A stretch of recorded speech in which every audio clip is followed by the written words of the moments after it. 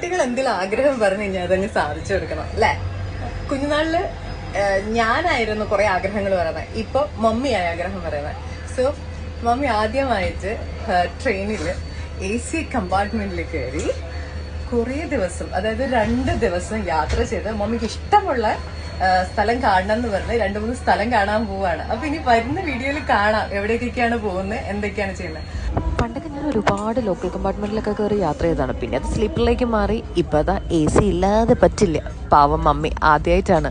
അങ്ങനെ ഞങ്ങളുടെ യാത്ര ആരംഭിച്ചിരിക്കുകയാണ്. മമ്മി പൊളിക്കല്ലേ?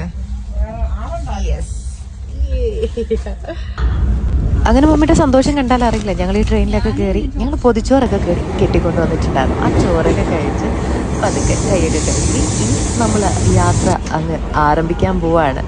മമ്മിയുടെ സ്വപ്നത്തിലേക്കുള്ള യാത്ര എന്ന് വേണമെങ്കിൽ പറയാം. അപ്പോൾ പഴയ വീഡിയോസൊക്കെ കാണാം കേട്ടോ നമുക്ക്.